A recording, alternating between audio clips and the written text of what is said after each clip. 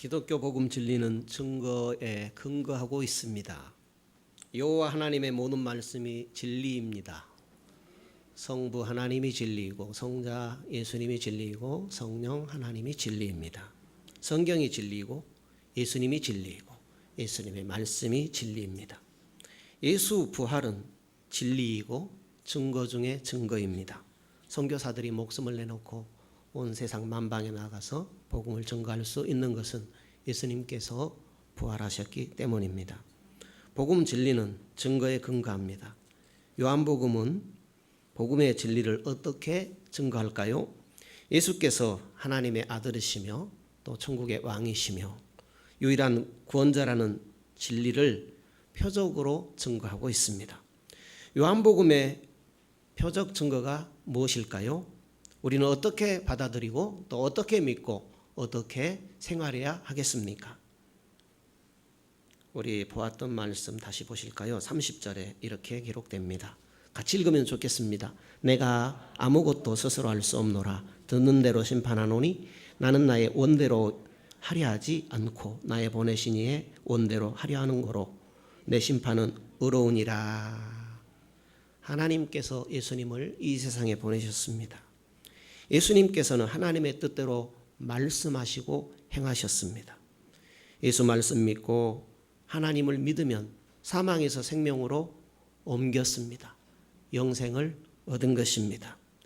예수 믿고 영생 얻어 선한 일을 행하는 자는 생명의 부활로, 예수 믿지 않고 악한 삶을 살면 심판의 부활로 나온다 했습니다.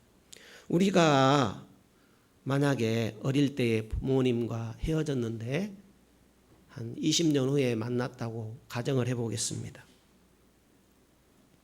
분명히 알아보고서 저 누구입니다. 엄마, 아빠, 또 형, 누나, 저 누구입니다. 라고 하는데 가족들이 전혀 알아보지를 못합니다. 어디서 나타나서 아들이라고 하는 거야. 어디서 못 하다 나타나서 동생이라고 또 형이라고 누나라고 부르는 거야 하고 전혀 모른 채 한다면 어떻게 하겠습니까? 아무리 아들이라고 알아보라고 할지라도 전혀 모른다고 하면 어떻게 하겠습니까? 어떻게 해서든지 아들이라는 증거, 가족이라는 증거를 있는 대로 아는 대로 되지 않겠습니까? 31절, 32절 계속 읽으실까요? 내가 만일 나를 위하여 증거하면 내 증거는 참되지 아니하되 나를 위하여 증거하시는 이가 따로 있으니 나를 위하여 증거하시는 그 증거가 참된 줄 아노라.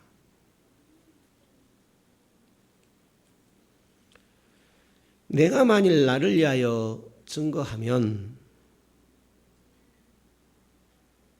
내 증거는 참되지 아니하되, 거짓말이라는 말이 아니죠. 내가 나를 증거하면 사람들은 신뢰를 덜 할 수 있겠죠. 그것처럼 예수님께서도 한 분이라도 더 구원 얻는 사람이 생겨나도록 외부 증인, 외부 증거를 하신다 하는 말씀입니다. 33절입니다. 너희가 요한에게 사람을 보내매 요한이 진리에 대하여 증거하였느니라. 세례 요한을 말합니다. 세례 요한은 예수님이 하나님이 보내신 구원자시다 라고 했습니다. 요한복음 1장을 보면 세례 요한의 말입니다. 1장 29절에 보면 예수님을 가리키며 보라 세상 죄를 지고 가는 하나님의 어린 양이로다 이렇게 세례 요한이 하는 말이 있습니다. 그리고 그 뒤에 32절에 보면 요한이 또 증거하여 가로되 내가 보매 성령이 비둘기같이 하늘로서 내려와서 그의 위에 머물렀더라. 나도 그를 알지 못하였으나 나를 보내어 물로 세례를 주라 하신 그이가 나에게 말씀하시되 성령이 내려서 누구 위에든지 머무는 것을 보거든 그가 곧 성령으로 세례를 주는 이인 줄 알라 하셨기에, 하나님이 성경에 이미 말씀하여 주셨다라는 것이죠. 예수님에 대해서 그걸 세례 요한은 말씀에 근거해서 지금 예수님을 알아보고 증거하는 것입니다. 오늘 우리 본문에 34절입니다. 35절까지요. 같이 읽습니다. 그러나 나는 사람에게서 증거를 취하지 아니하노라. 다만 이 말을 하는 것은 너희로 구원을 얻게 하려 함이니라. 요한이 켜서 비치는 등불이라. 너희가 일시 그 빛에 즐거이 있기를 원하였거니와.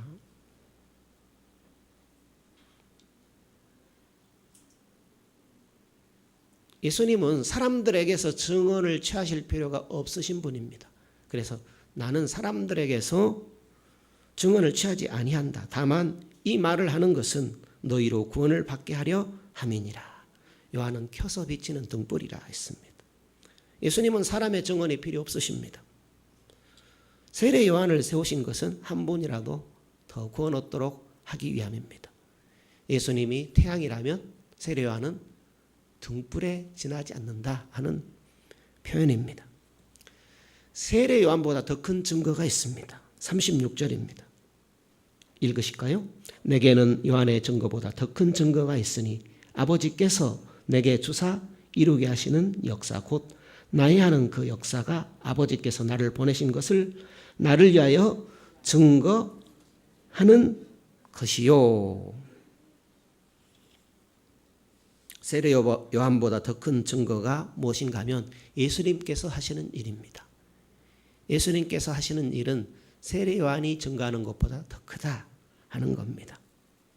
예수님께서 하시는 일이 바로 하나님께서 예수님을 보낸 증거다라는 것입니다. 37절, 38절입니다. 또한 나를 보내신 아버지께서 친히 나를 위하여 증거하셨느니라. 너희는 아무 때에도 그 음성을 듣지 못하였고 그 형용을 보지 못하였으며 그 말씀이 너희 속에 거하지 아니하니 이는 그의 보내신 자를 믿지 아니함이니라. 성부 하나님께서 예수를 직접 증언하셨습니다. 유대인들은 하나님의 증언도 믿지 않았습니다. 예수님은 하나님의 말씀을 전하셨습니다. 예수님의 말씀을 믿어야 하나님의 말씀을 받아들일 수 있습니다. 유대인들은 예수님의 말씀을 믿지 않았기 때문에 하나님의 말씀도 믿지 않은 겁니다. 39절입니다.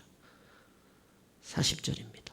너희가 성경에서 영생을 얻는 줄 생각하고 성경을 상고하거니와 이 성경이 곧 내게 대하여 증거하는 것이로다. 그러나 너희가 영생을 얻기 위하여 내게 오기를 원하지 아니하는 도다. 성부 하나님께서 예수를 직접 증언하셨습니다. 그것을 성경이 예수님을 증언한다라는 겁니다. 그러나 유대인들은 영생을 얻기 위하여 예수님께 오지 않았습니다. 예수님 당신은 구약 성경입니다. 구약 성경이 예수가 하나님의 아들이라고 증거하고 있습니다. 그래서 예수님께 오면 구원을 받아 영생을 얻게 됩니다. 그렇지만 예수님께 오지 않고 있다라는 것을 말씀하고 있습니다. 유대인들은 성경을 읽으면서도 예수를 깨닫지도 못하고 영생도 얻지 못했습니다. 왜냐하면 예수를 영접하지 않았기 때문입니다. 예수님은 자신이 하나님이 보내신 구원자임을 증거로 뒷받침하셨습니다.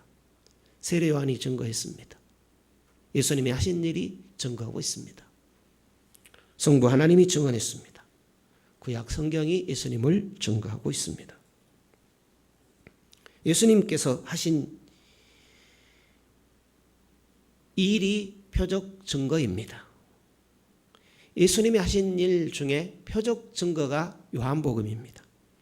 예수님께서 하나님의 아들이시고 천국 왕이시고 유일한 구원자시다라는 요한복음의 표적에는 어떤 것들이 있겠습니까? 요한복음 전체가 하나님의 아들이시다, 천국 왕이시다, 유일한 구원자시다라는 표적책입니다. 1장에서 12장까지 7가지 표적이고 13장에서 마지막 장 21장까지 예수님의 죽으심과 부활의 표적입니다. 요한복음 10장 25절에 내가 내 아버지의 이름으로 행하는 일들이 나를 증거한다. 내가 행하는 일들이 나를 증거한다. 나를 믿지 아니할지라도 그 일은 믿으라. 나를 믿지 아니할지라도 하는 나타나는 그 일은 믿으라는 겁니다. 그러면 너희가 아버지께서 내 안에 계시고 내가 아버지 안에 계시다는 것을 알 것이다 했습니다. 요한복음 14장 11절에 내가 아버지 안에 아버지가 내 안에 계심을 믿기 힘들거든 행하는 그 일로 말미암아 나를 믿으라. 행하는 일을 보면 나를 믿을 수 있다 하고 말씀했습니다. 예수님께서 행하신 표적에는 어떤 것들이 있을까요? 방금 말씀드린 대로 7가지 표적이 있습니다. 그리고 예수님의 죽으심과 부활의 표적이 있습니다. 7가지 표적 중에 먼저는 물이 포도즙 된 사건입니다. 요한복음 2장에 나타납니다. 예수님이 참석한 갈릴리 가나 혼인잔치에 포도즙이 떨어졌습니다. 예수님께서 하인들에게 항아리에 물을 채우라고 합니다. 하인들이 6 항아리에 물을 가득 채웁니다. 연회장에게 떠서 갖다 주라 했습니다. 연회장이 포도주 맛이 아주 좋다고 합니다. 2장 11절에 보면 이 첫 표적을 갈릴리 가나에서 행하여 그의 영광을 나타내심에 제자들이 그를 믿으니라. 영광을 나타내시니 제자들이 믿었다 했습니다. 물포도즙 사건은 영광이 나타난 사건입니다. 하나님의 아들 천국 왕이라는 영광이 나타난 것입니다. 우리가 만약 그 자리에 있었다면 어떤 생각을 했겠습니까? 물포도즙 사건을 일으키신 예수님을 보고 어떤 생각을 했을 것 같습니까? 물을 쏟아 포도즙 만든 사람이 있을까요? 물이 포도즙 되게 하신 예수님은 어떤 분일까요? 제자들은 예수가 누구시기에 물이 포도즙이 될까? 자문했을 것입니다. 하나님이 보내셨을 거야. 하나님이실 거야. 하나님이 보내신 사람일 거야. 제자들은 예수를 하나님의 아들, 천국왕, 유일한 구원자이심을 믿는 초기 단계의 믿음을 갖게 되었습니다. 두 번째 표적은 왕의 신하가 예수님께 자기 아들이 병들었으니까 고쳐달라고 간청을 합니다. 예수님께서 하시는 말씀이 가라, 내 아들이 나았느니라. 하인들이 아들이 나았다고 합니다. 언제 나았느냐? 어제 오후 1시에 나왔습니다. 신하는 그 시각이 바로 예수께서 네 아들이 나았다는 그때임을 알았습니다. 온 집안 식구들과 함께 예수를 믿게 되었다 하고 했습니다. 예수께서 신하의 아들을 만지지 않았습니다. 기도하지도 않았습니다. 멀리서 말씀만 했습니다.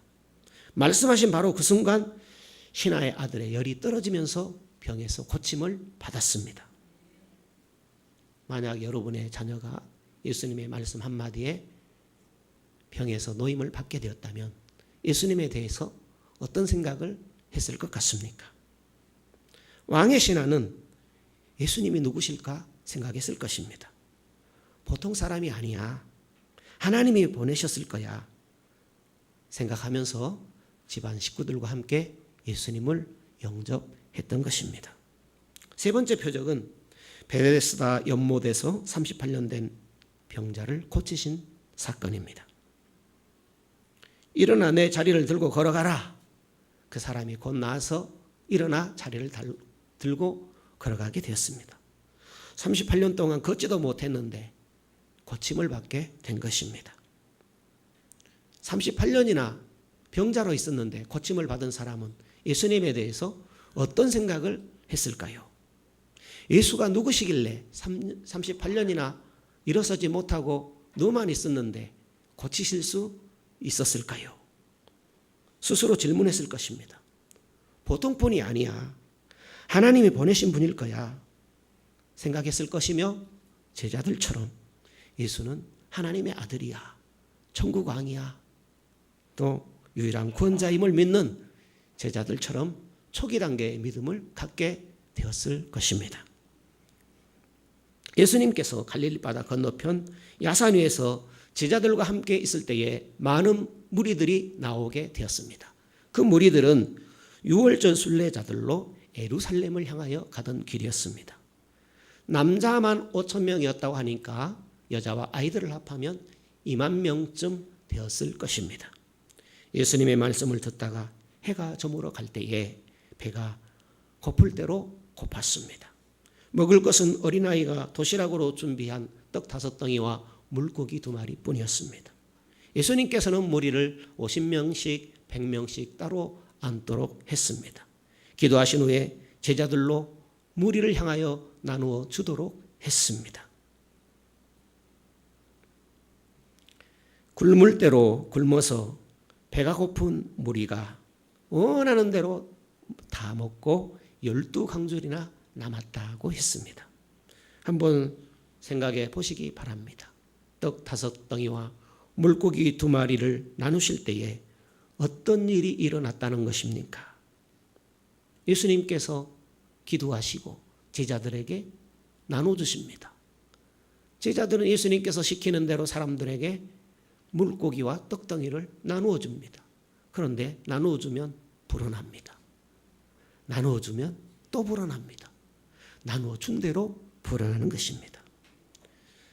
구약의 엘리야 시대의 사르밧 가부가 통에서 가루를 쓰고 나면 또 통에 가루가 채워져 있는 겁니다. 병에 기름을 쓰고 나면 또 병에 기름이 채워져 있는 것입니다. 그것처럼 떡과 물고기를 나눠주면 또 불어나고 나눠주면 또 불어나고 그랬던 것입니다. 굶주린 2만 명이 실컷 양껏 먹었으니 떡과 물고기가 얼마나 불어났다는 것입니까? 여러분, 무리 중에 내가 한 사람으로 그곳에서 떡과 물고기를 받아 먹었다면 예수님에 대하여서 어떤 생각을 했을 것 같습니까? 떡과 물고기를 계속 늘어나게 하셔서 실컷 배부르게 먹게 주셨다면 그 일을 일으키신 예수님에 대해서 어떤 생각을 했을 것 같습니까? 무리들은 예수님을 왕으로 삼고자 했지만 예수님께서는 자리를 입하여 간 것입니다.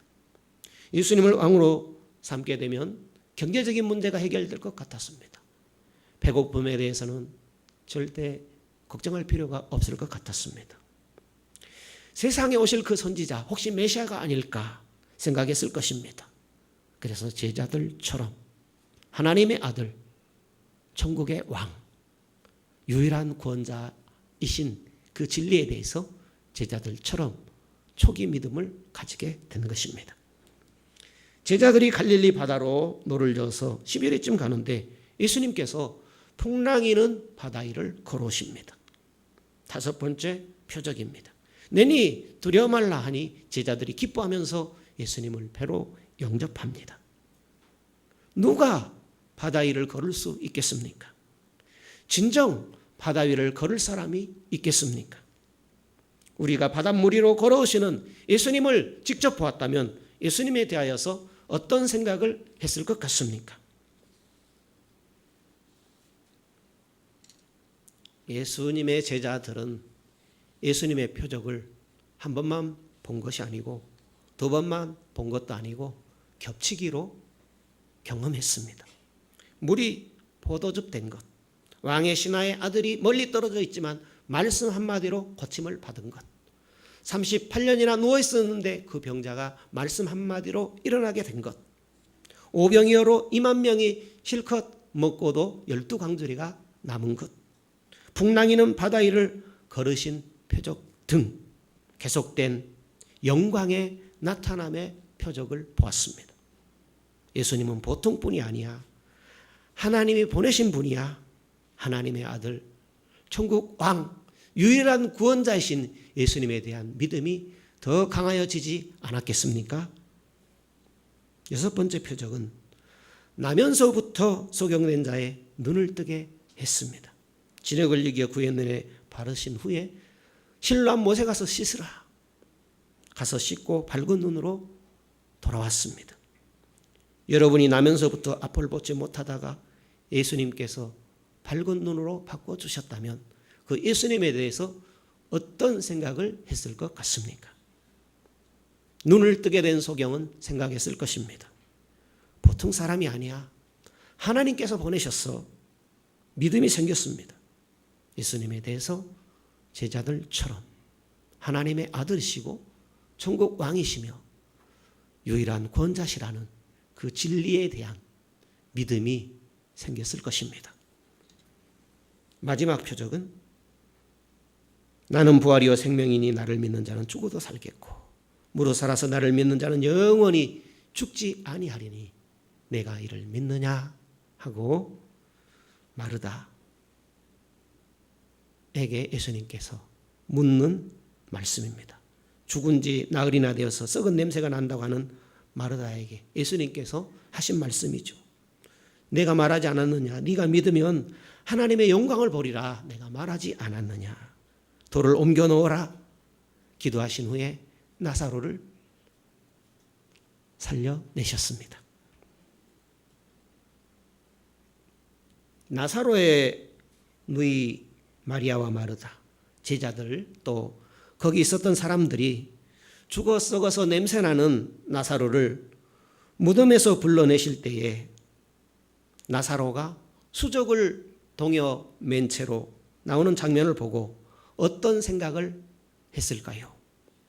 여러분이 그 자리에 계셨다면 어떤 생각을 했을까요? 예수께서 나는 부활이요 생명이심을 죽은 나사로를 살리심으로 확실히 보여주셨습니다. 하나님의 아들이요 천국 왕이시요 그리스도라는 진리를 가장 확실하고 분명히 증명하셨습니다.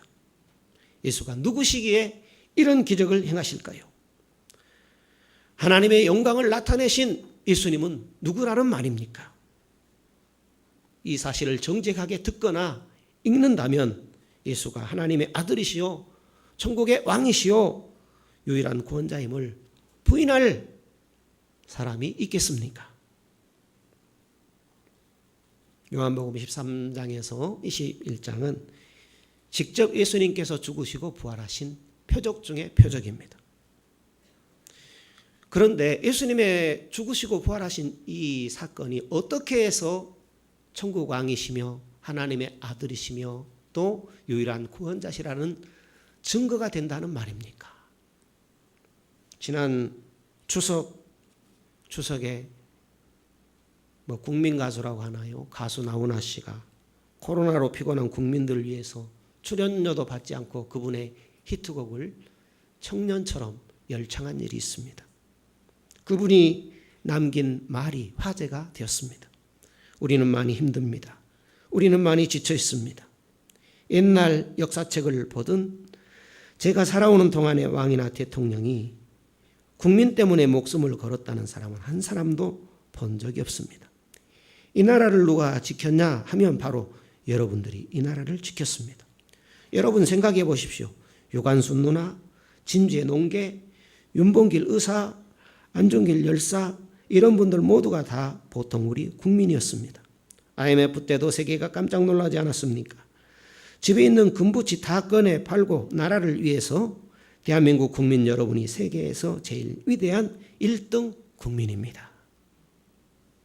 왕이나 대통령이 국민 때문에 목숨을 걸었다는 사람은 한 사람도 본 적이 없습니다. 이 말씀이, 이 말이 마음에 와닿지 않습니까? 국민을 위해서 목숨을 건 지도자가 있습니까? 국민을 위해서 목숨을 걸고 목숨을 바친 지도자가 있습니까?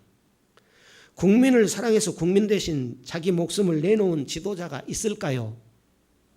그런 지도자가 있으면 모든 국민들로부터 존경과 사랑을 받을 것입니다. 예수께서는 세상에 있는 자기 사람들을 사랑하시되 끝까지 사랑하셨다. 사도 요한은 증거하고 있습니다. 나는 선한 목자라. 선한 목자는 양을 위하여 목숨을 바친다. 예수님은 증거하고 있습니다. 예수님은 목숨을 버리는 것으로 끝나지 않으셨습니다. 내가 목숨을 버리는 것은 그것을 내가 다시 얻기 위함이라 하셨습니다. 예수님께서는 목숨을 빼앗긴 것이 아니라 내가 목숨을 버린다 했습니다. 나는 버릴 권세도 있고 다시 얻을 권세도 있다 했습니다. 요한복음 10장 18절에 이를 내게서 빼앗는 자가 있는 것이 아니라 내가 스스로 버리노라. 나는 버릴 권세도 있고 다시 얻을 권세도 있으니 이 계명은 내 아버지에게서 받았느니라 했습니다. 예수님은 십자가에서 다 이루셨습니다. 예수님의 죽음은 우리를 위해 스스로 목숨을 버리셨습니다. 최고의 사랑이죠. 예수의 죽음은 우리의 죄 때문에 죽은, 대신 죽은 대속의 죽음입니다. 예수님은 우리 위해서 목숨을 버리셨고 다시 살아나셨습니다. 어느 왕이, 어느 대통령이 국민을 위하여 목숨을 버리겠습니까? 국민을 위해서 설령 목숨을 버린다고 해도 국민을 위해서 자기 목숨을 버릴 만큼 사랑한 그런 왕이, 대통령이 있을까요? 목숨을 버릴 권세도 있고 도로 찾아올 권세도 있는 왕이나 대통령이 이 세상에 있을까요? 자기 목숨을 버림으로 국민들의 죄를 대신하여 없애줄 대통령이나 왕이 이 세상에 있을까요? 예수께서 하나님의 아들, 천국의 왕, 유일한 구원자라는 복음 진리가 죽음과 부활의 표적을 통해서 분명하게 만천하에 드러났습니다. 예수 십자가의 부활은 하나님의 아들 되시며 천국의 왕이시며 유일한 구원자라는 확실한 증거입니다. 요한복음 마지막 장 20장과 21장에 예수 부활을 증거하고 예수 부활의 증인을 소개합니다. 주일 새벽 막달라 마리아가 예수님의 무덤을 가보았습니다. 베드로와 다른 제자들에게 무덤 속에 예수님이 없다고, 세마포와 두검만 있다고 합니다. 나방이 허물만 남겨놓고 나비가 되어 날아간 것처럼 예수님도 세마포와 두검만 남기고 빠져나가신 것만 같았습니다. 이 장면은 예수님의 부활을 보여주는 매우 중요한 장면입니다. 세마포와 두검만 그대로 남아있는 것은 예수님께서 부활하셨다는 매우 값진 정황이 되는 증거입니다. 마리아는 울다가 무덤 속에 있는 두 천사를 보게 됩니다. 예수님을 보았지만은 알아보지를 못합니다. 마리아야 라고 예수님이 부르실 때에 예수님인 줄 알았습니다. 부활하신 예수님을 최초로 목격하고 감격하여 제자들에게 내가 주를 만났다, 주를 보았다 하고 증거했습니다. 부활하신 예수님을 목격한 사람은 막달라 마리아만이 아니었습니다. 부활하신 날 저녁 예수님께서 닫힌 문들을 통과하여 제자들 가운데 나타나셨습니다. 평강이 있을지어다. 자신의 못 박힌 손과 창 찔린 옆구리를 제자들에게 보여주셨습니다. 제자들은 부활하신 예수님을 만나고 기뻐했습니다. 10명의 제자들이 부활하신 예수를 동시에 만났으니 얼마나 대단한 목격담이 되겠습니까? 그들은 각각 흩어졌을 것이고 부활하신 예수를 보았다, 나도 보았다, 나도 보았다, 예수를 보았다고 그들은 증거할 것이기 때문입니다. 그런데 그 자리에 도마라는 제자는 없었습니다. 10명의 제자들이 예수님이 부활하신 것을 보았다고 증언해도 도마는 나는 보아야 믿지 보지 않고는 믿지 못하겠다고 합니다. 8일 후에 도마가 함께한 자리에 예수님은 다시 제자들에게 나타나셨습니다. 내 옆구리에 손을 넣어보라. 믿음이 없는 자가 되지 말고 믿음 있는 자가 되라고 하십니다.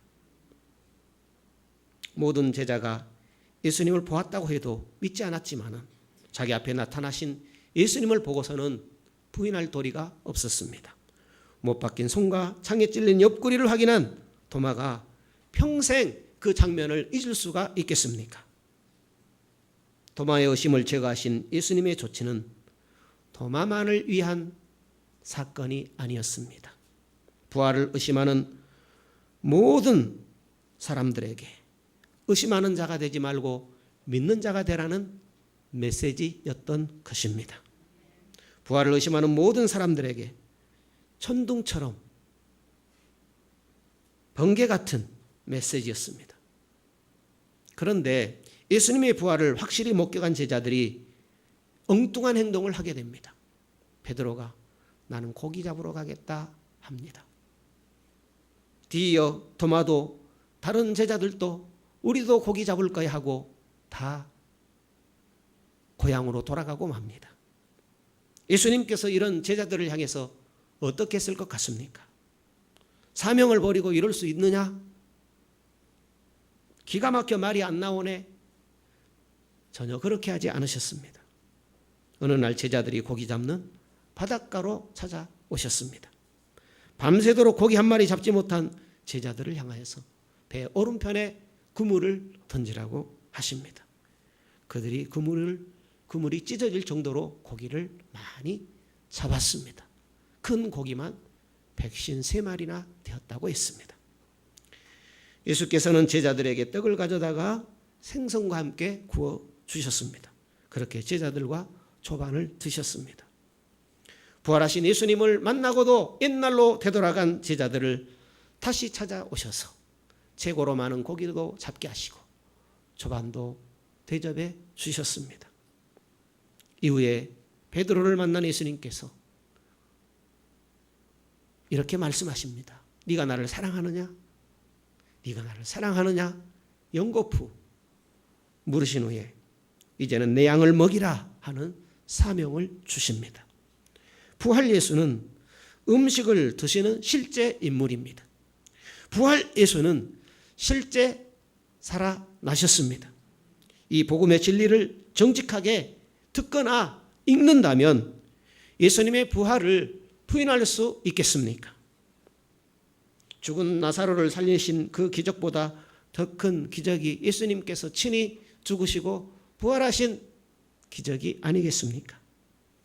예수 부활의 기적은 예수께서 하나님의 아들이시며 천국의 왕이시며 유일한 구원자라는 최고의 표적입니다.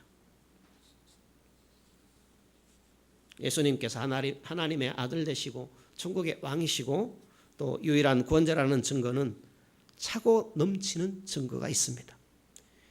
예수님을 믿으면 영생을 받는 것은 변치 않는 복음 증거입니다. 요한복음 21장 마지막 절을 같이 보실까요? 요한복음 21장 마지막 절입니다. 25절입니다. 펴셨으면 함께 같이 읽어보실까요? 요한복음 21장 25절입니다. 예수의 행하신 일이 이외에도 많으나 만일 낱낱이 기록된다면 이 세상이라도 이 기록된 책을 두기에 부족할 줄 아노라. 예수의 행하신 일, 그것은 예수가 하나님이라는 증거입니다.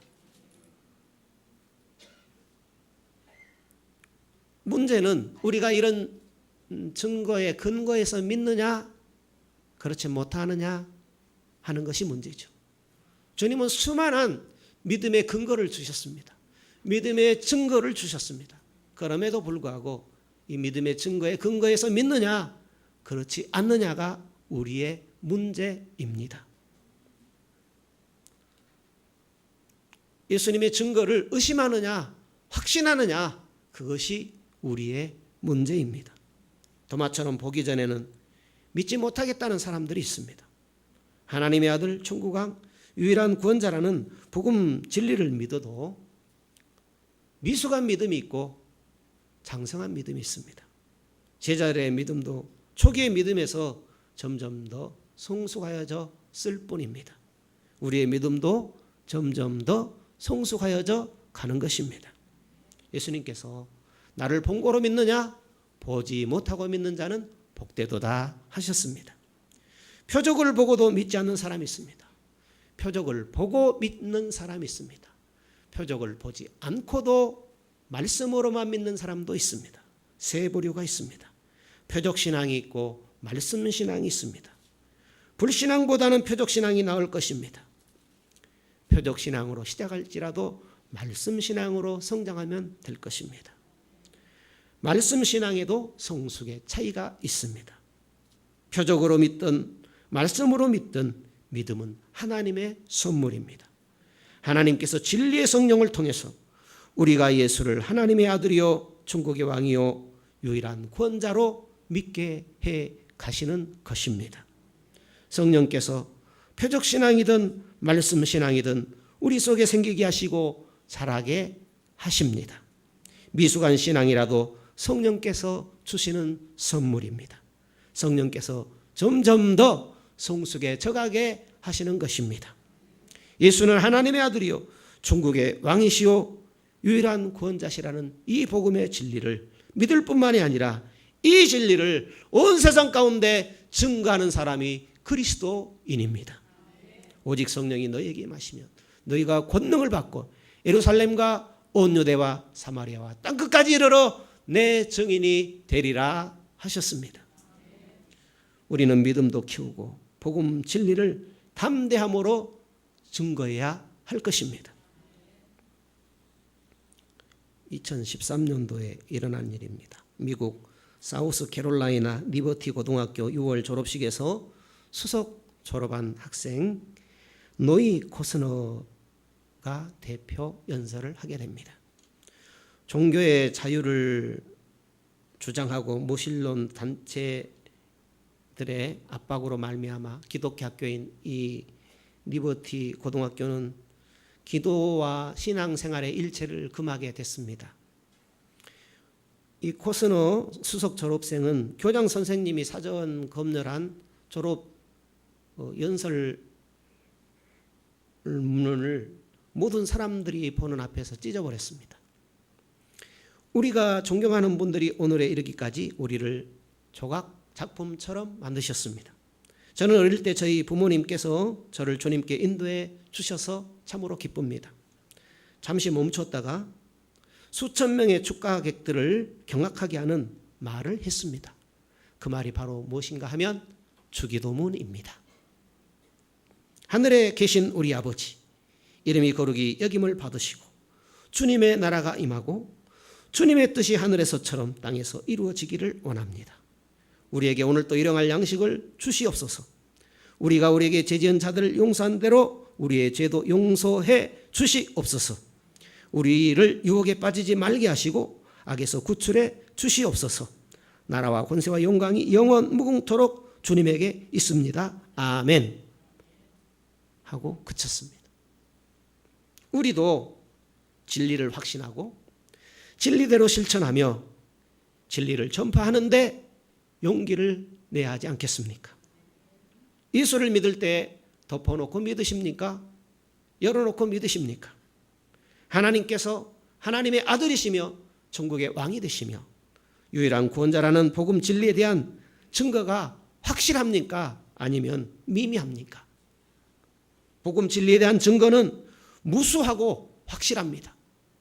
복음 진리에 대한 증거는 무수히 많으며 확실합니다. 예수님의 7대 표적, 부활 표적, 확실한 표적입니다. 예수님께서 요한복음을 통해서 말씀하신, 요한복음 전체를 통해서 말씀하신 7가지 표적, 예수님의 죽으심과 부활에 대한 그 표적은 확실한 표적입니다. 예수님은 놀라운 지혜와 능력으로 자연과 인간을 다스리시는 천국의 왕이십니다. 질병도 고치시고 자연도 통치하시고 죽음도 정복하시고 우리가 영생과 부활 지복을 누리게 하시는 분이십니다. 우리는 예수께서 하나님의 아들이시요 천국의 왕이시요 유일한 구원자시라는 확실한 증거에 근거한 복음 진리를 붙들고 믿고 있습니다. 아직도 사단의 가짜 뉴스에 휩쓸려서 지옥의 나락을 향하여 떠내려가는 불신가족, 친구, 이웃 동료, 세계 시민들에게 주님께서 우리에게 맡기신 이 복음의 진리를 전해 주어야 하지 않겠습니까? 예수님을 만나면 오늘의 삶이 변하고 내세의 삶이 변하게 되어 있습니다. 예수님을 만나면 현세의 보람된 삶이 행복하고 영원한 천국 지복이 약속되어 있습니다.